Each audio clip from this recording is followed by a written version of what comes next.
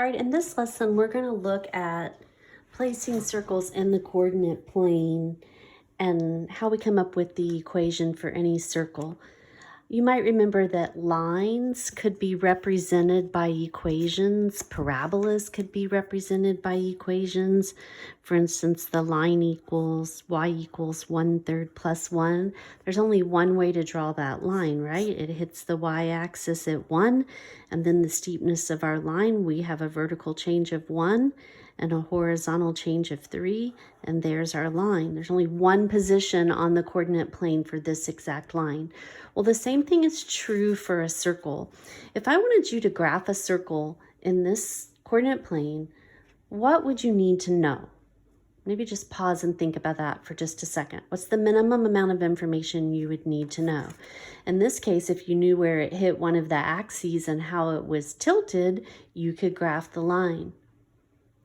Well, with a circle, if you knew where the center was located and you knew the length of the radius, how far it was from that center out to any point on the circle, that should be enough information to graph it exactly in a coordinate plane. All right, so this is what we're going to discover. I just want to show you where this formula actually comes from. So let's come back over on page 254, lesson 9.5. Circles in the coordinate plane, and we're dealing with something called standard form today. So what would be required to create a circle on the coordinate plane? You would need to know the location of the center, and that would be an ordered pair, and you would need to know the length of the radius. How long was it? And you should be able to place it in an exact position. So if you look at this circle down here, now, notice it is in the first quadrant, so there are some things we can assume. I know that h and k are positive numbers in the first quadrant, so are x and y for that matter. But this is the center of our circle. It's located at some ordered pair with an x coordinate of h and a y coordinate of k. And then this is just kind of a random point on the circle. Is that the only point I could have chosen? No, because there are an infinite number of points on this circle. Now we pick this one in this position for a reason. It just makes our discovery a little easier. It is further to the right and higher. So not only are both of these numbers positive, but we know that this x is greater than that one and this y is greater than that y coordinate. All right, because further to the right, x is larger. Further up, the y value has to be larger. So how could we derive the equation of this particular circle? Well, here's what we're going to do. We're going to make a right triangle. The Pythagorean Theorem just will not go away in geometry class, okay? It is incredibly useful. So in this particular circle, let me see if I can zoom in just a little bit. I guess I'm as far as I can go. All right. If we were to start at the center and move to the right so that I was directly beneath that point and then go up so that I was on that point, you could see that the triangle I'm making has as its hypotenuse the radius of the circle. This is basically just the horizontal distance that I travel between those 2 points, and this is the vertical distance that I travel, okay? So we could use the Pythagorean theorem to come up with an equation for this circle, and I'm going to actually do that. So you can see they've drawn it for us over here with the right angle. So to find the radius, you would use the distance formula. If I had actual numbers for these points, I could figure out how far it was from here to here. Because it's not horizontal or vertical, I'd have to use the distance formula, but that would be r. And then let's talk about how long that horizontal leg is. From here to here, what is the length? Well, how have we moved? We were at h on, so if you come straight down, we were at h on the x-axis, and we've moved over so that now we're at x. Just think if these were numbers. If I was at 6 and I had moved to 9, in order to figure out how long this side was, well, we can just see we moved 3. But what do I really do? I would do 9 minus 6 to get 3. So the length of this side is x minus h units long. Okay, likewise, if I wanted to get the length of this vertical side, again, where was I? I was k units up, and now we're up here, we're higher, and we're up at y. So once again, if these were numbers, say 10 and 15, we would do 15 minus 10 to see that we'd moved 5. So this length is going to be the top y coordinate minus the bottom, and that's how long that side is. Okay, so we could use the distance formula to find that. So the horizontal leg length is x minus h. Now I'm going to do one extra thing here. I'll explain why really quick, and we're not going to get bogged down on this. I'm going to throw absolute value symbols around that, and here's why. Did I have to choose a point that was further to the right and higher than my center so that I guaranteed these numbers were bigger? No, I didn't. I could have picked a point down here that was clearly smaller. And if I did a smaller number minus a larger number, I'd actually have a negative number for a side length, and that can't be. So we would ignore the negative. We would take the absolute value of that distance regardless, okay? So the same thing is true for our vertical leg. It's the absolute value of the y minus k, but I really wouldn't worry about that too much. And then the hypotenuse is just gonna be the radius of the circle. So we know if you take each of the legs, the first leg was x minus h and square it, the second leg was y minus k and square it, that would equal the hypotenuse squared. This is what we call standard form for a circle, where its center is located at the ordered pair hk, and the radius has a length of r. But all three of these were squared. Okay, so what I want you to notice is this. H is being subtracted from the x-coordinate. K is being subtracted from the y-coordinate, and the radius is being squared. So keep all of that in mind. We're going to come over here and graph these equations now. Let's do some practice.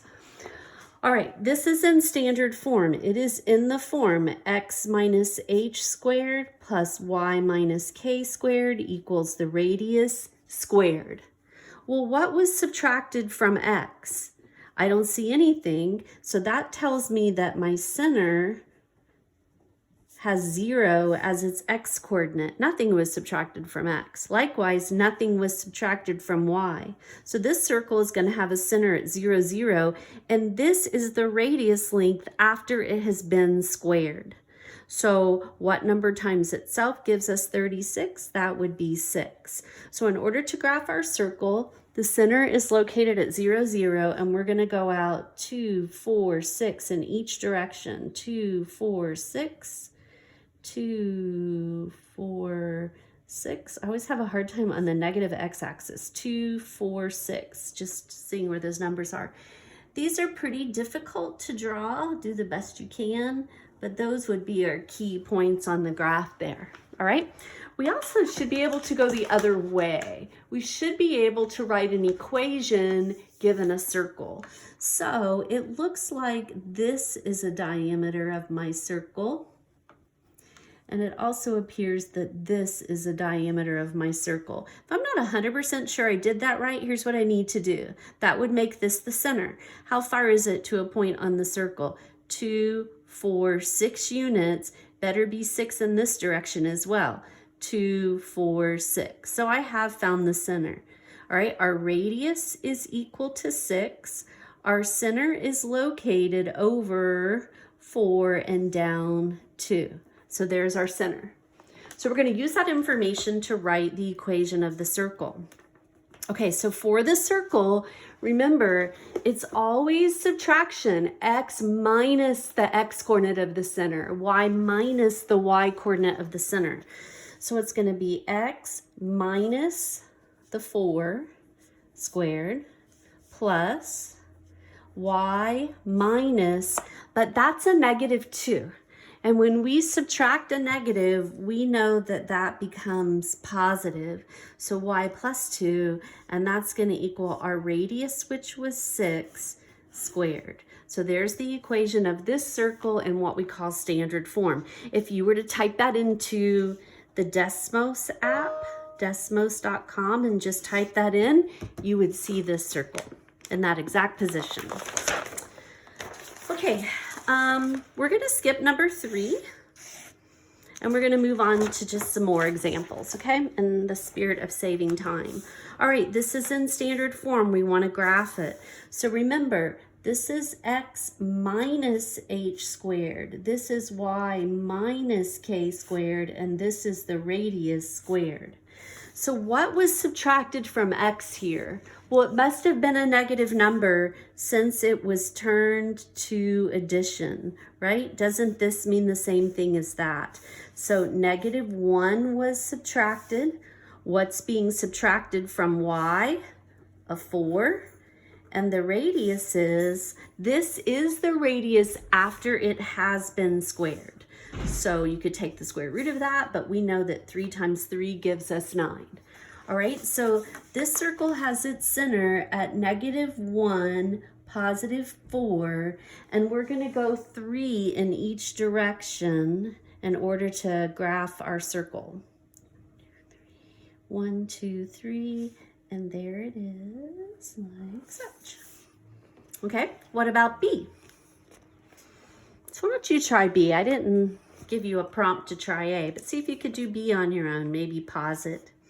All right, but I look at X and I can see nothing's being subtracted from the X coordinate. What's being subtracted from the Y coordinate? A 3. So that's my center. And then what number times itself would give us 25? What number was squared to get that? So our circle has its center on the y-axis up 3, and we need to go 5 in each direction. So I'll go 5 vertically, up and down, and horizontally. We'll move to the right and 2, 3, 4 to the left. 5 in all directions and draw our circle. Okay? All right, number 5. Write the equation that's been graphed here. Okay, so once again, that looks like a diameter and that looks like a diameter. So my center is located left 2 and down 3. The center is at -2, -3. And if we go 1, 2, 3, 4, 5, check it in the other direction, 1, 2, 3, 4, 5. Sure enough, our radius is equal to 5. So our circle is going to be x minus a -2 would become +2 squared. Y minus the -3 would become +3. And don't forget that when you plug your radius in, you square it. So it equals 25. All right, a broadcast tower services a 30-mile radius. So here's what that means. Here's the tower, and you could go 30 miles in any direction, and you should still be able to pick up the signal, okay? So you live in an apartment. Here's the tower. Your apartment is located 25 miles to the east and 21 miles north of the tower. 21. Here's where you live. You are here, okay? Will you get a signal? Can you watch TV? This is the tower. Well, so we're talking about this particular circle, right? Is this radius going to be within 30 miles? Okay, we've got a right triangle there. Let's just go ahead and use the Pythagorean Theorem and see what we would get for R. So the leg squared plus the other leg squared is going to equal the radius squared. I'm pretty sure 21 squared is 441. I should know that. Yes, 441 plus 25 squared is 625. So if we add those together, we're going to get 1066. All right, and then we want to take the square root of that, right, in order to come up with the length of r, we're going to need to take the square roots of both sides. So we can see when we take the square root, we end up with 32.6 roughly. So where you live is, as the crow flies, straight at your house is 32.6 miles. So sadly, you live outside of that radius. So no, you're not going to be able to pick up the television signal. Okay, number 1 on the beat the test question. You have a gardener and they want to put a tree 4 meters east and 7 meters north of a house. All right, so the tree's being planted in the garden. So there's the house. They're going 4 meters to the east and 7 meters north. And that's where the tree's going to be planted. Now this tree is going to have a diameter of roughly 8. So that means coming out from the tree, we'll deal with that in just a second. First of all, let's write an equation that represents the outside of the tree's branches relative to the house. Okay, so that diameter of 4, right, it's going to come out 4 in any direction like such, but relative to the house. So basically this is our center. So the center is located, this is essentially the origin. We went 4 to the right and 7 up. So our center is located at 4, 7, and since the diameter is 8, it's going to have a radius of half of that, or 4. So as we write that equation, it's x minus the x coordinate of the center. Don't forget to square that. Y minus the y coordinate of the center, and that equals our radius squared. 4 squared is 16.